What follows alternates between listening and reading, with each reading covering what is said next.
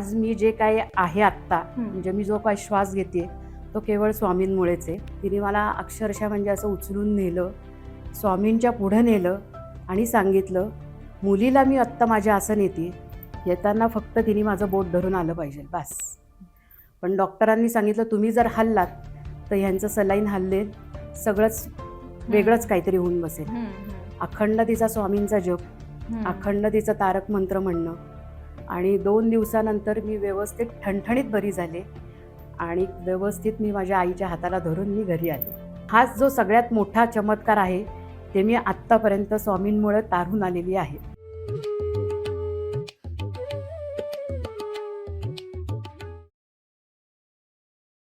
नमस्कार, मी प्रिया. राजोद्धा टॉक्सच्या आजच्या आपल्या नव्या कोऱ्या पॉडकास्टमध्ये आपल्या सगळ्यांचं पुन्हा एकदा स्वागत. मंडळी, आज आपल्यासोबत पॉडकास्टमध्ये गप्पा मारण्यासाठी आहेत अमृता अरगडे मॅडम. त्या स्वतः खरं तर त्यांची ओळख करून देतीलच, पण त्यांची ओळख जर मी करून द्यायची झाली तर त्या आहेत एक उद्योजिका ज्यांनी IT कंपनीतून थेट स्वतः एक महिला उद्योजिका होण्याचं स्वप्न पाहिलं आणि ते पूर्ण सुद्धा केलं. आणि आज त्या ज्या विषयावर गप्पा मारणार आहेत तो विषय अर्थात आहे स्वामी समर्थ महाराजांचा. त्यामुळे आज त्यांच्यासोबत चर्चा करून त्यांची स्वामींवर एवढी अपार श्रद्धा का आहे या सगळ्याबाबत सविस्तर चर्चा करूयात. नमस्कार मॅडम. नमस्कार. सगळ्यात आधी आम्हाला तुमची ओळख करून द्या. नमस्कार, माझं नाव अमृता अरगडे. मी एक उद्योजिका आहे. माझा छोटासा बिझनेस आहे उत्कर्ष फूड्स अँड केटरिंग सर्व्हिसेस, जो मी कोथरूडमधून करते. आणि आज माझ्या बिझनेसला 10 ते 12 वर्ष झालेली आहेत आणि हा बिझनेस माझ्या आईकडनंच माझ्याकडे आलेला आहे. तर मी तो पुढं चालू ठेवलेला आहे. बरं. मंडळी, खरं तर याआधी सुद्धा आपण राजोद्धा टॉक्सच्या पॉडकास्टमध्ये स्वामींविषयी अनेकांची श्रद्धा पाहिली आहे की स्वामींच्या असे अनेक चमत्कार आहेत. स्वामींचे चमत्कार असे आहेत की लोकांचा अर्थात स्वामींवर विश्वास बसतो, त्यांच्या अस्तित्वावर विश्वास बसतो. आता आज सुद्धा आपण अमृता मॅडमशी बोलून याचबद्दल चर्चा करणार आहोत की त्यांची स्वामींवर एवढी अपार श्रद्धा का आहे. तर मॅडम, सगळ्यात पहिला प्रश्न तर माझा तुम्हाला हाच आहे की स्वामी महाराज तुमच्या आयुष्यात नेमके आले कधी? खरं सांगायचं तर लहानपणापासूनच आहे स्वामींचं मनामध्ये, किंवा अवतीभोवती म्हणा, काही म्हणा. जसं माझ्या आईचं लग्न झालं तेव्हापासूनच ती स्वतः स्वामी भक्त झाली. त्याच्यानंतर तिच्याच बरोबरीने आम्ही चालत गेलो. आणि सर्वात मोठी गोष्ट म्हणजे माझ्याच घराच्या बिल्डिंगच्या शेजारी 2 हे वाडे सोडून स्वामींचा मठ आहे, भटांचा वाडा. तिथं स्वतः स्वामींचं अस्तित्व होतं. तिथं प्रत्यय आलेले आहेत बऱ्याच जणांना की स्वामी तिथे येऊन गेलेले आहेत, बसलेले आहेत. त्याप्रमाणेच माझ्या आईची पण श्रद्धा वाढत गेली आणि साहजिकच आईबरोबर आम्ही सुद्धा त्या ह्याच्यात श्रद्धेमध्ये पुढं पुढं जात राहिलो. आणि अगदीच लहानपणापासूनच म्हणजे स्वामींचं आहे मनामध्ये कुठंतरी की ठीक आहे बाबा, काही नाही झालं तरी स्वामी आहेत पाठीशी आपल्या. काही असू देत, कुठली चिंता असू देत, कुठलं दुःख असू देत, टेन्शन असू देत, किंवा एखादी आनंदाचीही बातमी असू देत, की आपण म्हणजे पटकन जाऊन म्हणतो स्वामी आहात तुम्ही. असं अचानकच अनावधानाने आपल्या तोंडात येतं, वाहवत जातं ते. आणि आहे म्हणजे स्वामींवर अतांत श्रद्धा, म्हणजे असं की कुठंतरी जाणवतं की त्याचं वलय आपल्या पाठीशी आहे. बरोबर. आणि मग ती अचानक वाटणारी भीती, हे ते सगळंच दूर व्हायला लागतं. आणि सांगायचं तर आत्ताचं पण कारण आहे की पहिल्यांदाच हा पॉडकास्ट करतो आहे, पण असं मनात भीती होती की आपण करू शकू की नाही, कॅमेऱ्याला समोर जाऊ शकू की नाही वगैरे. पण आता जसं चालू झालं त्याप्रमाणे काहीच वाटत नाही आता. आणि तुम्ही आता म्हटलात खरं तर की स्वामींवर श्रद्धा लहानपणापासून आहे. तर अर्थात स्वामींवर तुमची श्रद्धा आहे, पण स्वामी आहेत हा विश्वास तुम्हाला बसला कसा? त्यासाठी नेमकं काहीतरी घडलं असेल. घडलं म्हणजे आज मी जे काही आहे आत्ता, म्हणजे मी जो काही श्वास घेते तो केवळ स्वामींमुळेच आहे. लहान असताना जवळजवळ 2.5-3 वर्षाची असतानाची गोष्ट आहे. बिट्टी असायची, आपण खेळायचो. ती बिट्टी माझ्या भावानी दगडाने फोडली. मला ती काही दगडाने फोडता आली नाही म्हणून मी तोंडाने चावली ती. आणि ती तोंडाने चावल्यामुळे त्याचं जे विष होतं ते सगळं शरीरात गेलं. आणि शरीरात गेल्यामुळे आधी काही जाणवलं नाही की काही त्रास होतो का काय होतं. पण जसं जसं वेळ पुढं जायला लागला तसं तसं ते विष माझ्या शरीरात भिंगत राहिलं. भिंगता भिंगता संध्याकाळी अचानक खूप मोठी उलटी झाली. उलटीतनं थोडा रक्तस्राव वगैरे झाला. मग तेव्हा आईला भीती वाटायला लागली, की अरे असं का झालं असेल? काय झालं असेल? तर दादानी माझ्या सांगितलं, की "अगं असं-असं होतं." आणि तेव्हा आम्ही आमच्या काकूकडे गेलो होतो. ते क्वीन्स गार्डनला राहत बर. होते आणि त्यांच्या मागं घराच्या बिट्टीचं मोठं झाड होतं. पण ते हम्म. दादा म्हणला, की मी ते दगडाने फोडलं. हिला फोडता आलं नाही. तिने दातानी चावलं. मग ते म्हणले, "असं काय होत असेल ना त्यांनी, की एवढा हो. त्रास व्हावा वगैरे." बरोबर. म्हणून मला डॉक्टरांकडे नेलं गेलं, की हम्म. आमचे जे लहानपणीचे डॉक्टर डोंगरे होते, त्यांच्याकडे नेलं गेलं. ते म्हणले, "काही नाही, उलटी झाली, विष वगैरे पडून गेलं असेल, की काही होणार नाही. ही गोळ्या औषधं देतो, बिनधास्त घरी जा." पण रात्रीचे 10 वाजले तेव्हा माझं अख्खं शरीरच थंड पडलं होतं आणि संपूर्ण शरीर काळं-निळं झालं होतं. ते आईला तर जास्तच टेन्शन वाटायला लागलं. आणि तेव्हा असे फोन-बिन वगैरे काही नव्हते आपल्याकडे, ती बरोबर. सोय नव्हती. पण आमचे घराचे जे मालक होते, गद्रेवाड्यामध्ये मी राहत होते. स्वतः गद्रे मालक होते. त्यांच्याकडनं तिने डॉक्टरांकडे फोन केला, की असं-असं आहे. तुम्ही सांगू शकता का काय आहे? ते म्हणले, "ताबडतोब दवाखान्यात न्या." मग त्यांनी ते पुस्तक वगैरे वाचलं, काय त्यांचा अभ्यास असेल त्यातनं केला. ते म्हणले, "ताबडतोब तुम्ही दवाखान्यात न्या. ही चांगली लक्षणं नाहीयेत." तेव्हाच माझ्या आईने मला उचललं. म्हणजे आता आईने मला हा अनुभव सांगितलेला आहे. तिने मला अक्षरशः म्हणजे असं उचलून नेलं, स्वामींच्या पुढं नेलं आणि सांगितलं, "मुलीला मी आत्ता माझ्या असं नेते, येताना फक्त तिने माझं बोट धरून आलं पाहिजे, बास." आणि लिटरली म्हणजे माझ्या आईला तेव्हा संधिवात झालेला होता. तिलाही चालता येत नव्हतं, काहीच नव्हतं. पण डॉक्टरांनी सांगितलं, "तुम्ही जर हललात, तर ह्यांचं सलाईन हललेल, सगळंच वेगळंच काहीतरी होऊन बसेल." अखंड तिचा स्वामींचा जप, अखंड तिचं तारक मंत्र म्हणणं आणि 2 दिवसानंतर मी व्यवस्थित ठणठणीत बरी झाले आणि व्यवस्थित मी माझ्या आईच्या हाताला धरून मी घरी आले. बरोबर. आणि हाच जो सगळ्यात मोठा चमत्कार आहे, ते मी आत्तापर्यंत स्वामींमुळे तारून आलेली आहे. म्हणजे आम्ही वर जाऊन खाली आलेलो हां. आहोत. तुम्ही सांगताय पण आता खरं अंगावर शहारे येतायत ऐकताना, की हा खरोखर असा पण अनुभव खूप एखाद्याच्या अनुभव आयुष्यात मोठा हा असू आहे. शकतो. आणि मला वाटतंय तुमच्या आईच्या म्हणजे आईची श्रद्धा जास्त स्वामींवर आहे आणि खूप, खूप. त्याच्यामुळे तेच गुण तुमच्यामध्ये आलेले आहेत. अगदीच. आता दररोज मग तुम्ही स्वामींचे बाबा साधना करताना नेमकं काय करता? म्हणजे जप असेल किंवा जास्त आणखी असं काही? वेगळं काही नाहीये. हं. माझे मिस्टर दर गुरुवारी स्वामींची पूजा करतात नित्यनेमाने. हं. माझ्या घरी जेव्हा माझ्या घराचं आम्ही गृहप्रवेश हं. केला, तेव्हा माझ्या आईने सगळ्यात खूप छान सुंदर स्वामींचा इतका सुंदर सुरेख सुबक फोटो दिला तिने आम्हाला आणि त्याच ह्याच्यातनं आम्ही गृहप्रवेश वगैरे केला. त्याच्यानंतर मग ती अशी श्रद्धा बसतच गेली ना, ती वाढतच राहिली. बरोबर. जसं लहानाचं मोठे होत गेलो, तसं-तसं ते जास्तच होत गेलं. म्हणजे स्वामींचे अनुभव पदोपदी येत होते, येतात आणि येतील पण. बरोबर. तर काही नाही असंच रोजचं तारक मंत्र आहे, जप करणं आहे. दर गुरुवारी गुरुचरित्राचा 14वा आणि 18वा अध्याय असतो. त्याच्यानंतर माझे मिस्टर स्वतः गुरुचरित्राचं पारायण करतात बरं. दत्त जयंतीच्या वेळेस वगैरे.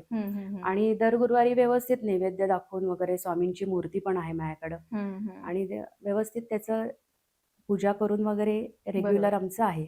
जसं वेगळं असं काहीच करावं लागत हां. नाही किंवा स्वामींनी सांगितले, की तुम्ही वेगळं असं काहीच करू नका. हं, हं. तुम्हाला जिथं उभं राहून तुम्हाला तारक मंत्र म्हणता येईल. तुम्हाला जिथं उभं राहून तुम्ही बोटावर सुद्धा मोजू शकता बरोबर. जपाचं हे, की ठीक आहे बाबा आता वेळ आहे, काय करावं? स्वामी समर्थ, स्वामी समर्थ, स्वामी त्याचं अनावधानाने येत राहतं बरोबर. तोंडामध्ये. कधी-कधी मध्येच असं आपण काहीतरी बघत असेल तर पटकन अचानक तारक मंत्र आठवतो आणि तो अख्खा म्हणला पण जातो आपल्याकडनं. बरोबर. हे असंच म्हणजे असं वेगळं असं काहीच करत नाही. बरोबर. पण म्हणजे प्रत्येक वेळी स्वामींच्या केंद्रात जाणं एखाद्याला शक्य नाही झालं, पण मनामध्ये स्वामी मनामध्ये असतील तर आपण कुठेही करू बरोबर. शकतो.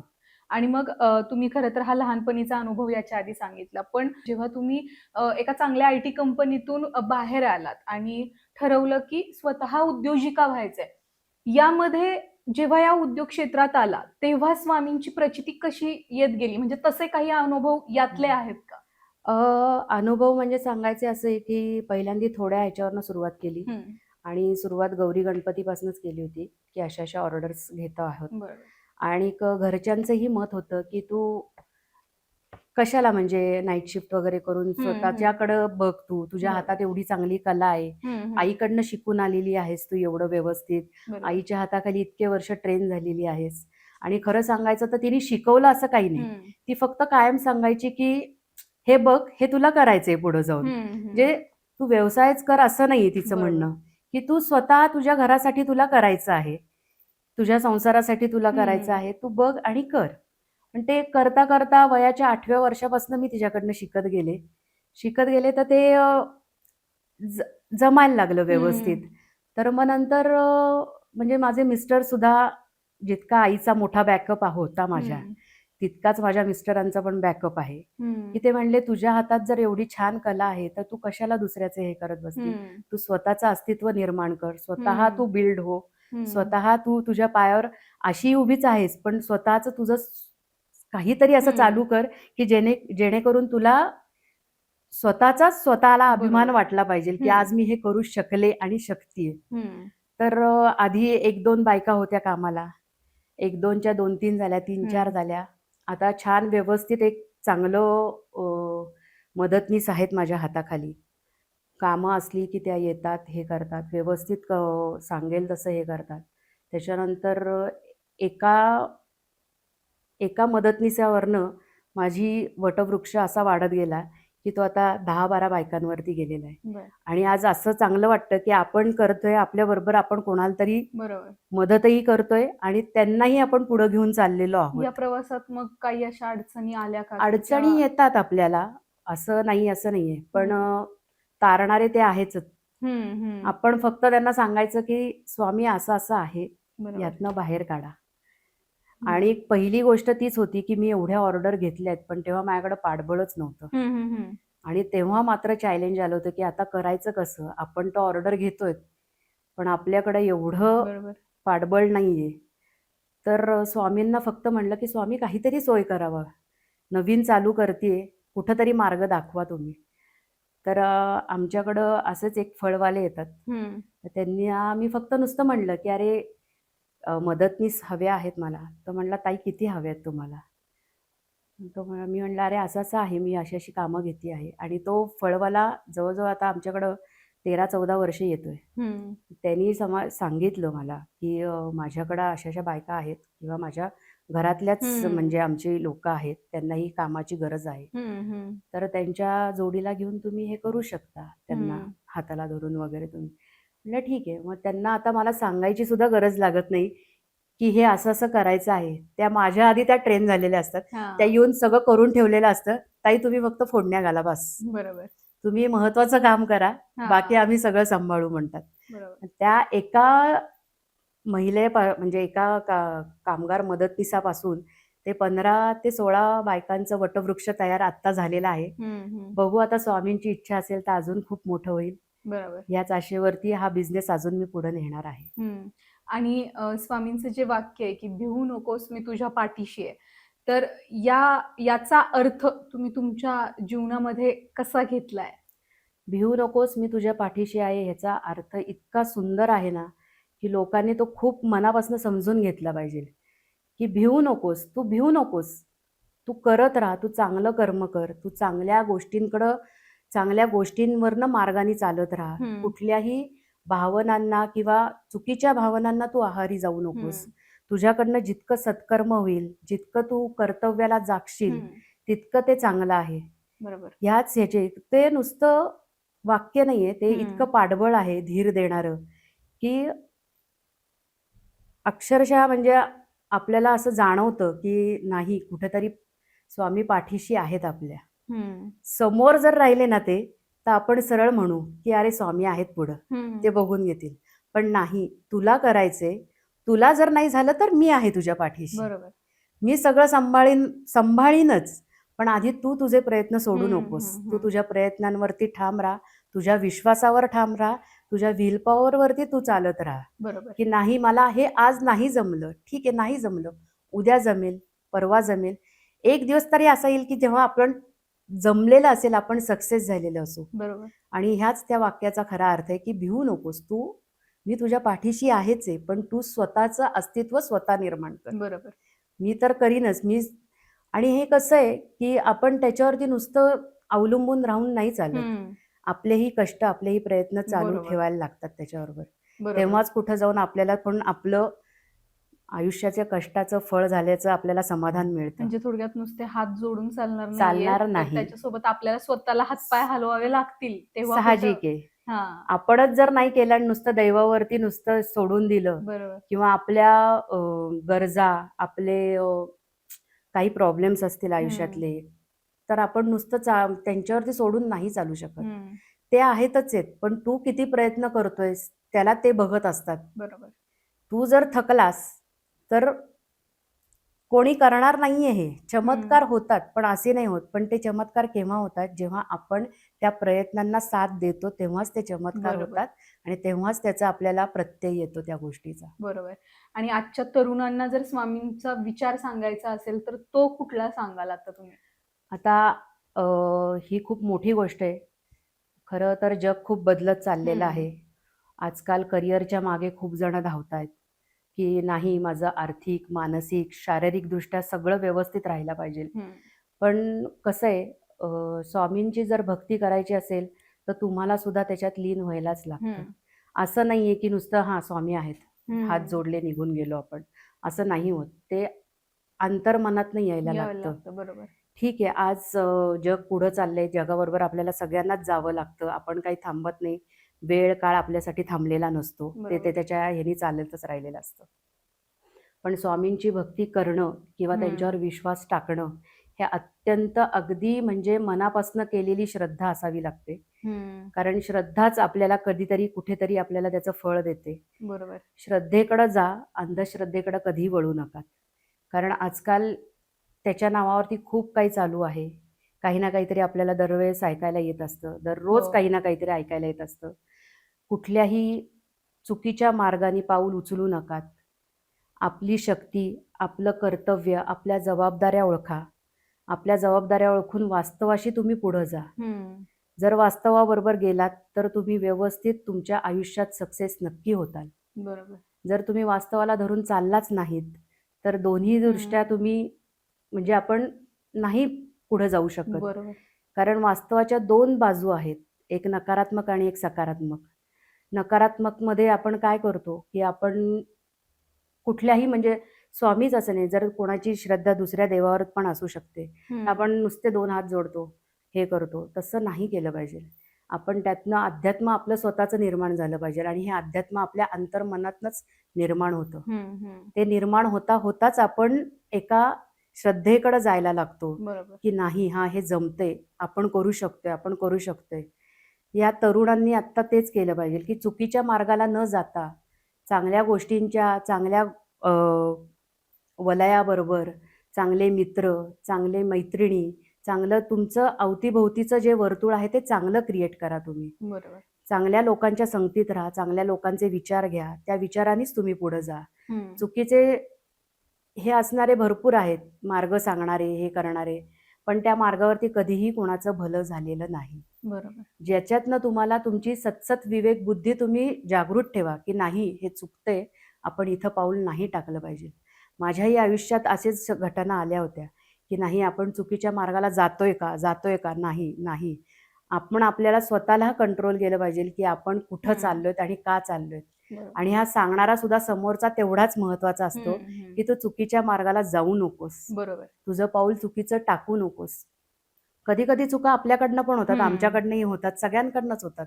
पण त्या चुका कळून म्हणजे केल्यात आणि कळलंय आपल्याला, की आपल्याकडनं चूक झाली आणि पुन्हा जर ती चूक झाली, पुन्हा जर चूक झाली, तर त्यातनं मार्ग खूप चुकीचा होतो. बरोबर. आपल्याला मागं परत फिरताही येत नाही. समोरच्यानी वेगळा डिसिजन घेतलेला असतो. आपण त्यालाही काही बोलू शकत नाही, की नाही चूक झाली होती माझी, हम्म, पण तू ह्या परत चुकीवरती परत तिथंच गेला, तिथंच गेला, तिथंच गेला. त्याला बरोबर. माफी नाही मिळत मग तिथे. हम्म, आपल्याला कळलं, की आपलं चुकलंय, आपण तिथंच थांबलं पाहिजे. बरोबर. ह्याच गोष्टी तरुणांनी पण त्याच केल्या पाहिजेल. आता आपण सगळेच एकाच समान हम्म, वयाचे वगैरे असू, थोडेफार वयाचा फरक हम्म, असेल, पण कधी-कधी लोकांनी लोकांच्या सांगण्यावरती, बोलण्यावरती किती विश्वास ठेवावा, किती त्यांच्या मागं वाहवत जावं. ह्याच्याच बाबतीत एक विचारायचं आहे, की सध्या जर आपण बघितलं म्हणजे काय माउथ कम्युनिकेशनमुळे भरपूर वेळा श्रद्धेची म्हणजे श्रद्धा अंधश्रद्धेकडे वळत चालली आहे. आता सध्या तर मोठ्या प्रमाणात बाबाबुवांचं प्रस्थ वाढलेलं आहे. खूप प्रमाण वाढलेलं आहे. या सगळ्यामध्ये कुठेतरी स्वामी समर्थांच्या नावानं अनेकदा थोतांड पण माजवलं जातंय. त्याबद्दल तुम्हाला काय म्हणायचंय? जिथं श्रद्धा असेल तिथं व्यवसायीकरण कधीच होत नाही. हम्म.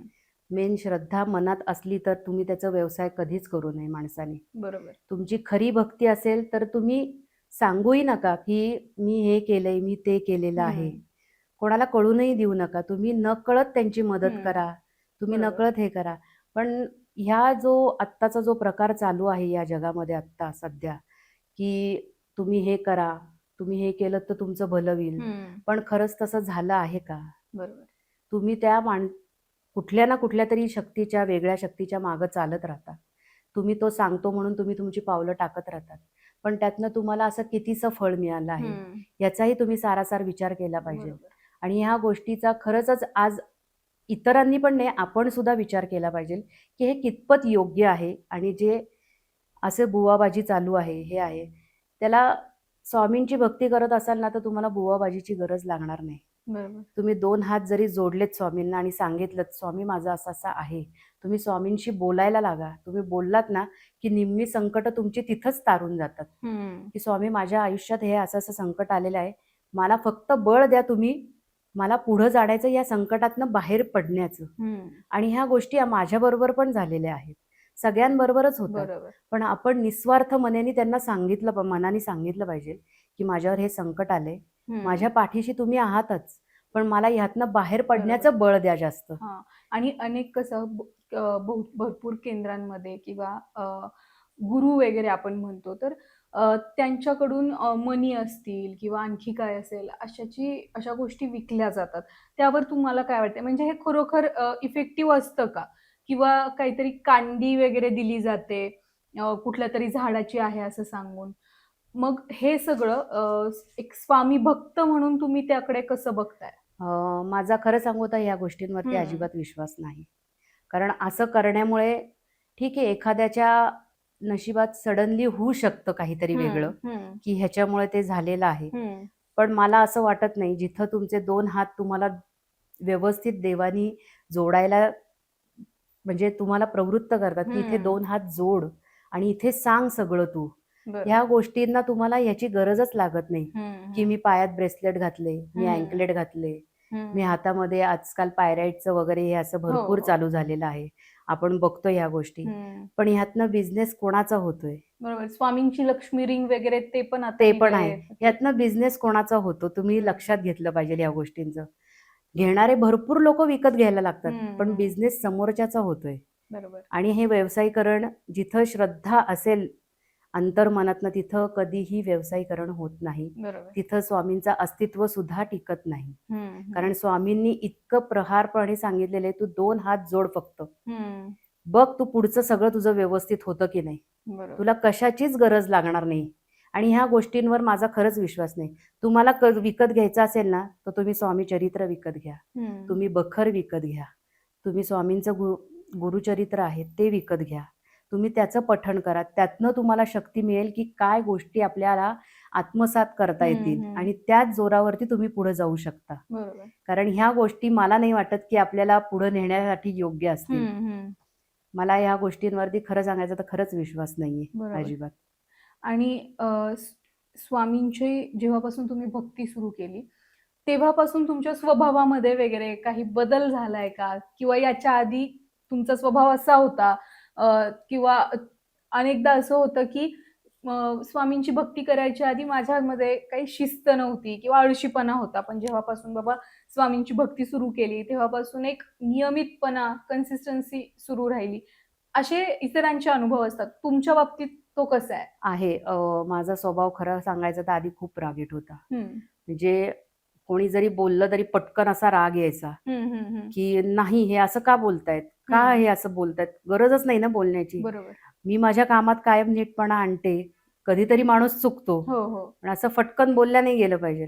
तेव्हा खूप राग यायचा. पण जसं जसं स्वामींच्यात लीन होत गेलो, आमचा स्वामी परिवार आहे, त्याच्यात आमच्या स्वामींचे दरवर्षी कार्यक्रमही होत होते. जसं जसं त्या कार्यक्रमात भाग घेत गेलो तसं तसं एक स्वतःमध्येच बदल येत गेला, की शांत व्हावं, मन शांत ठेवावं, स्थिर राहावं मन, की जेणेकरून आपण दुसऱ्यावरती चिडलं नाही पाहिजे. आपण आपल्या रागावर कंट्रोल केला पाहिजे, कारण आपला रागच आपला विनाश आहे. हो. हे तर सगळ्यांना म्हणजे माहिती आहे, की जास्त आपण रागावरती हे नाही केलं हो. पाहिजे, नियंत्रण ठेवलं पाहिजे. आणि तसंच त्या ह्याच्यातनंच असंच अध्यात्मातनंच जसं जसं घरामध्ये पूजा होत चालली, स्वामींचे 12-12 तासाचे, 24-24 तासाचे जप जसं जसं करत गेलो आम्ही, तसं तसं ते मन इतकं आता शांत शांत होत चाललं, की आता ठीक आहे बाबा, समोरचा बोलतोय ना, ठीक आहे, त्याला बोलायचंय बोलू देत. हम्म. आपण ऐकून घ्यायचं काम करू, ठीक आहे. बरोबर. मग ह्याच्यातनंच असं शांतपणा निर्माण होत गेला हम्म. आणि रागावरती थोडासा कंट्रोल आला. बरोबर. आणि अनेकदा कसं होतं, की भरपूर लोक थेट नास्तिक असतात. मग त्यांचा अध्यात्मावर विश्वास नसतो, त्यांचा ना स्वामींवर विश्वास असतो, ना साईबाबांवर विश्वास असतो. त्यांचं म्हणणंच थेट असतं, की अशा प्रकारचं दैवी शक्ती वगैरे समाजामध्ये नाहीये. तर त्यांना उत्तर द्यायचं असेल तर काय द्याल? सगळे प्रयत्न थकतात. एकदा डॉक्टर सुद्धा म्हणतात, की आता सगळं त्यांच्यावरती आहे. हं, हं. तेव्हा आपोआप आपले हात जोडले जातात आणि आपण सांगतो, की ह्यातनं बाहेर काढा. जे काही माझ्यासमोर मांडलं असेल किंवा कोण एखादा आजारी असेल, तर याला ह्याच्यातनं सही सलामत बाहेर काढा. बरोबर. आणि अचानक आपले हात तिथे जोडल्या जातात आणि आपण ते म्हणतोच, की देवा यातनं बाहेर काढ. हं. तिथेच सगळं येतं माणसाचं. बरोबर. नास्तिक असू देत नाही तर आस्तिक असू देत. हं. प्रत्येकाचे अनुभव वेगळे असतात आयुष्यातले. प्रत्येकाचे येणारे प्रत्यय वगैरे आलेले वेगळे हं. असतात. प्रत्येकाची श्रद्धा वेगळी आहे. प्रत्येकाला आपापली श्रद्धा वेगळ्या पद्धतीने मांडत असतो किंवा देवाच्या पुढं हात वेगळ्या हं. पद्धतीने जोडत असतो. पण मला नाही असं वाटत, की नास्तिकता लोकांच्यात असेल. कारण आजकाल प्रत्येकजण देवाकडं म्हणतच असतो, देवा हे हं. असं होऊ देत बाबा. बरोबर. तेवढं असं मला असं वाटत नाही. पण एखादा जर नास्तिक असेल, हं. तर मग तो ज्याच्या त्याच्या मनाचा प्रश्न असतो तो, हं, की हं, हं. आपण देवापुढं ठीक आहे, प्रत्येकाला आपल्या स्वतःवरती विश्वास असतो, की मी हे करू शकतो, देव काय करणार आहे? हं, पण हं. एक कुठेतरी ती अज्ञात शक्ती असते आपल्या पाठीशी, की कधीतरी ती तारून नेते आपल्याला आणि त्याचा प्रत्यय आपल्याला नंतर येतो, हं, की अरे हं. हे जमत नव्हतं आपल्याला, मग आपण कसं केलं हे? बरोबर, तेव्हा ती शक्ती येऊन आपल्याला तारून नेलेलं असतं त्या शक्तीने. बरोबर. आणि भरपूर वेळा लोक असं म्हणतात, की जेव्हा आपण खूप जास्त श्रद्धा ठेवायला लागतो, मग तो देव कुठलाही असो, जेव्हा देवावर खूप जास्त श्रद्धा ठेवायला लागतो, तेव्हा आपण वास्तवापासून लांब जातो. आपल्याला वास्तवाचं भान राहत नाही. म्हणजे एखादी अशक्य गोष्ट असते, ती सुद्धा आपण शक्य करण्याचा प्रयत्न करतो. तर मग हे चांगलं म्हणायचं, की खरं वाईट म्हणायचं? दोन्ही गोष्टींकडनं बघितलं तर ठीक आहे, की आपला स्वतःवर विश्वास असणं हं. खूप चांगली गोष्ट आहे आणि आपण त्याच्याशी झटतोय ही सुद्धा चांगली गोष्ट आहे, हं. की दुसऱ्यावर आपण अवलंबून राहत नाही आहोत. हं, हं. पण जर वास्तवापासून दूर गेलो, तर आपण कशाचीच सांगड घालू शकत नाही. आपण आपल्या मनाशी द्विधा मनस्थिती खेळत असतो, की "अरे, हे जमेल का? हं. हे करू शकेल का मी?" तर करू शकशील तू. तू स्वतःवरतीही विश्वास ठेव आणि देवावरतीही विश्वास ठेव. बरोबर. कधीतरी अशी एक वेळ येते, की देव त्यातनं आपल्याला तारून नेतो हं, हं. आणि वास्तवाशी जर आपल्याला हे करायचं असेल, तर आपण ती पळवाट काढू शकत नाही. हं, हं. आपण म्हणू शकत नाही, "अरे, देव करून घेईल." हं. देवाला 2 हात जोडले, की देव करतोय, तो बघतोय. ठीक आहे, मी 2 हात तर जोडलेत, पण देव करेल ना काहीतरी. हं, हं. तो करेल ना माझ्यासाठी काहीतरी. असं नसतं. तुम्ही श्रद्धेतनं, तुमच्या मनापासनं तुम्ही त्याला जर म्हणलात, की माझं असं-असं आहे, तू मला ह्यातनं बाहेर काढ, तर ते वास्तवाशी पण धरायला लागतं हं. आपल्याला. कारण वास्तवापासून जर आपण दूर गेलोत, तर आपल्याला आपल्या केलेल्या गोष्टींचा कधीही प्रत्यय येणार नाही. बरोबर. जर आपण त्या दोन्ही गोष्टींना धरून चाललो, तर आपल्याला कळतं, की अरे नाही, आपण वास्तवापासून दूर जाता कामा नये.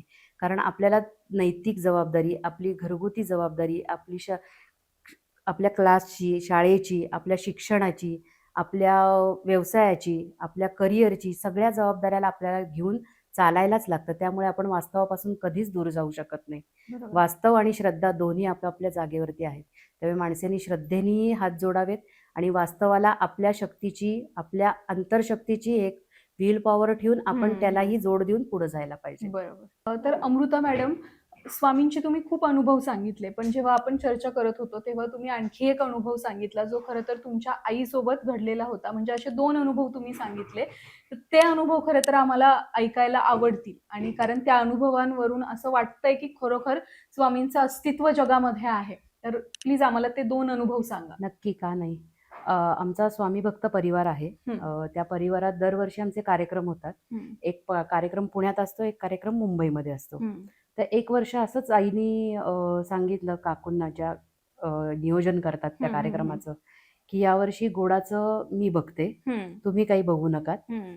तर ठीक आहे म्हटल्या. तर अशा पद्धतीने माणसं सांगितली होती. आम्ही तयारी केली होती 800 माणसांची. हं. तर ती तेवढी माणसं झाली पण होती. हं. 800 माणसांप्रमाणे आम्ही 1200 ते 1300 पोळ्यांचं पुरण केलं होतं. हं. हं. माझी आई, माझे वडील, भाऊ आणि मी. हं. आणिक पोळ्यांना ती सकाळी आदल्या दिवशी 6 वाजता लागली. दुसऱ्या दिवशी कार्यक्रम होता तर. हं. हं. तर त्या कार्यक्रमात दरवर्षी कुठले ना कुठले तरी याग होतात. म्हणजे कधी नवचंडी याग, हं. कधी विष्णू याग, कधी गणपती याग वगैरे असे सगळं बरोबर. दरवर्षी एक होत होतं. तर 1200 पोळ्यांचं पुरण शिजवलं, झालं. आई पोळ्यांना लागली सकाळी आणि दुसऱ्या दिवशीचे 3 वाजले. म्हणजे सगळ्यांचं नैवेद्याचं जेवण झालं, स्वामींना नैवेद्य झाला, होम याग सगळं झालं, तरी हिच्या पोळ्या संपायलाच तयार नाहीत. म्हणजे ती विचार करत होती 1200 पोळ्या कमीत कमी माझ्या दुसऱ्या दिवशी सकाळी 6 पर्यंत तरी संपायला हं. पाहिजे होत्या. पण ह्या संपत का नाहीयेत? एवढं हं. पुरण कसं काय शक्य आहे ना, की हं. हं. तर शेवटी म्हणजे ती तिकडं बोलायला आणि मी इकडं स्वामींच्या कार्यक्रमात म्हणायला, की अहो म्हटलं थोडा तरी कार्यक्रम तुमचा आईला मिळू द्यात म्हटलं. तुमचा जो ती तिथे बसून प्रसाद करतीये, तो पोळ्या लवकर संपवा तिच्या. आणि असं म्हणत नाही तर खोटं वाटेल तुम्हाला, अर्ध्या तासाच्या आत एवढं मोठं पुरण होतं, जवळजवळ हं. 100-150 पोळ्यांचं. ते पुरण अर्ध्या तासाच्या आत 5 पोळ्यांवरती आलं. हं. हा सगळ्यात मोठा एक अनुभव आहे तेव्हाचा. बरोबर. आणि खोटं वाटेल, संध्याकाळी जी लोकं दर्शनाला येत होती, हं. ती लोकं अक्षरशः पोळ्यांचा एवढाला गठ्ठा घेऊन जात होती. तरी त्या पोळ्या संपायला तयार नाहीत. लोकांनी अक्षरशः 100-100 पोळ्या घेऊन गेलेत जवळ-जवळ. हं. तेव्हा त्या संध्याकाळी अशा सडनली संपल्या पोळ्या. हं. हं. जे हा आलेला अनुभव एक खूप मोठा अनुभव होता आम्हाला. बरोबर. आणि दुसरा अनुभव म्हणजे असा, की आम्ही लहान होतो तेव्हा, माझा भाऊ आणि मी. तर आईच्यावरती पण अशीच संकटं होती. कारण परिस्थिती खूप हलाखीची होती आमची सुद्धा हं. तेव्हाची. हं. आणि जसं आई व्यवसाय करायला लागली तसं-तसं थोडं पुढं-पुढं जाऊन हं. वटवृक्ष तिने तयार केला आमच्या याचा, हं. की खूप कष्ट केले. कष्टातनं साम्राज्य उभारलं. एकाची 2 घरं केली, 4 व्हीलर आली.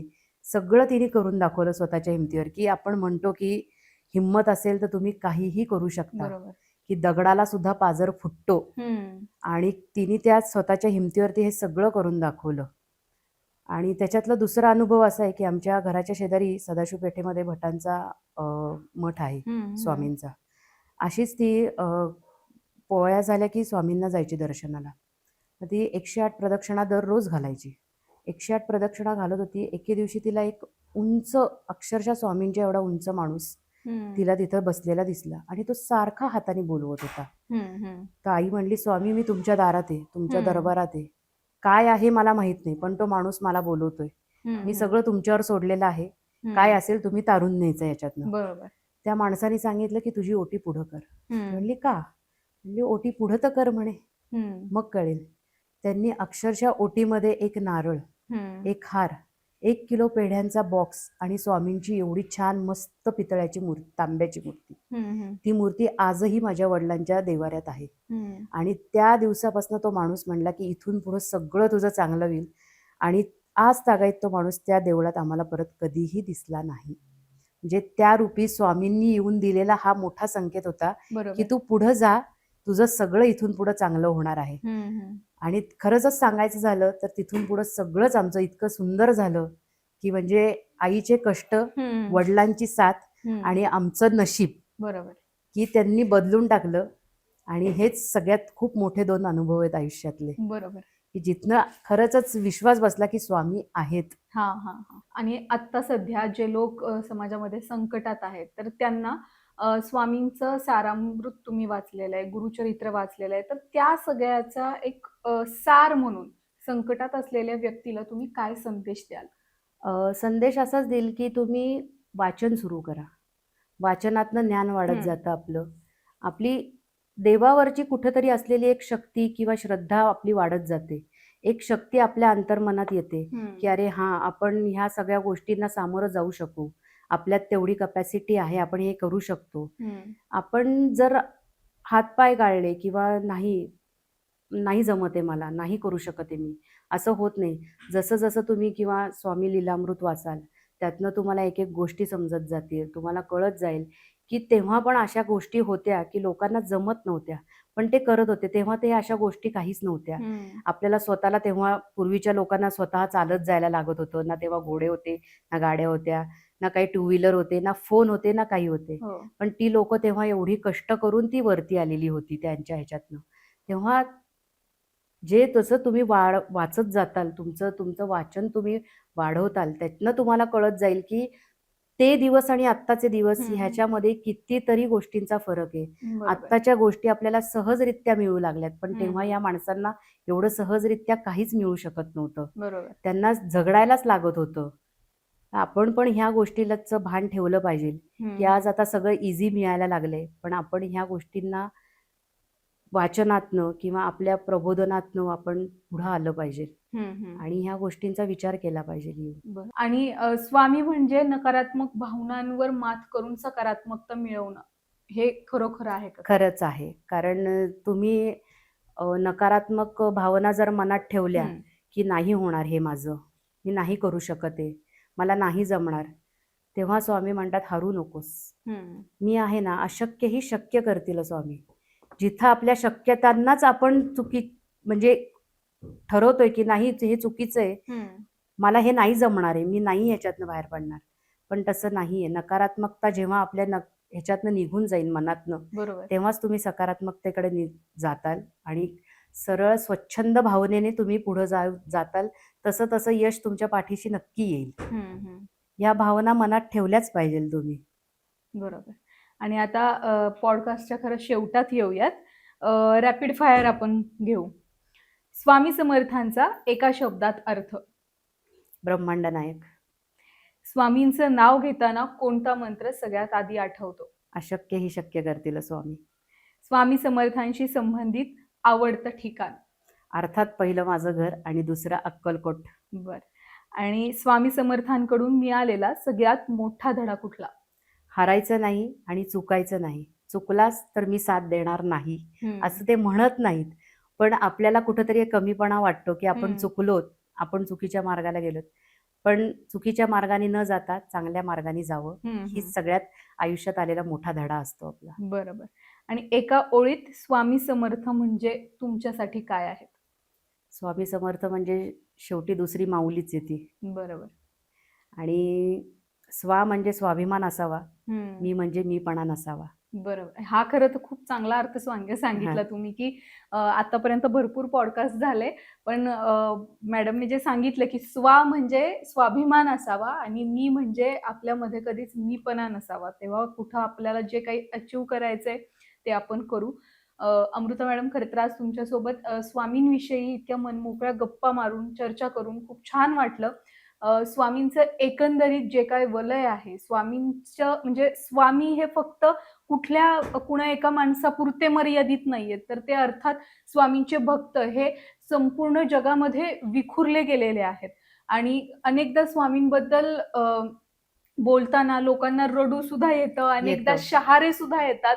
आत्ता खरं तुमच्याशी बोलताना मला शहारे आले, तुमचे जे अनुभव ऐकले मी. तर या आजच्या पॉडकास्टमध्ये आज अमृता मॅडमने आपल्यासोबत एवढ्या छान स्वामींबद्दलच्या गप्पा मारल्या, स्वामींबद्दलचे त्यांच्या आयुष्यातले अनुभव सांगितले आणि स्वामी हे कसे पॉझिटिव्हिटीचे खऱ्या अर्थानं गुरु आहेत. आणि भिवू नका, तर स्वतः प्रयत्न करत राहा. स्वतः प्रयत्न तुम्ही सोडू नका. तुम्ही प्रयत्न कराल तर अर्थात तुमच्या पाठीशी स्वामी आहेत, पण प्रयत्न सोडले तर तुम्हाला तिथं शिक्षा सुद्धा मिळू शकते. हे थोडक्यात स्वामींनी सांगितलेलं आहे. मॅडम, धन्यवाद. आज तुम्ही आमच्या पॉडकास्टमध्ये, राजयोद्धा टॉक्सच्या या पॉडकास्टमध्ये आलात आणि एवढ्या मनमोकळ्या गप्पा मारल्या. पुन्हा एकदा एखादा पॉडकास्ट करायचा झाला आपण नक्की करूयात. आणि आमच्या श्रोत्यांशी एवढ्या चांगल्या मनमोकळ्या गप्पा तुम्ही मारल्या त्यासाठी सुद्धा खूप खूप थँक्यू. धन्यवाद.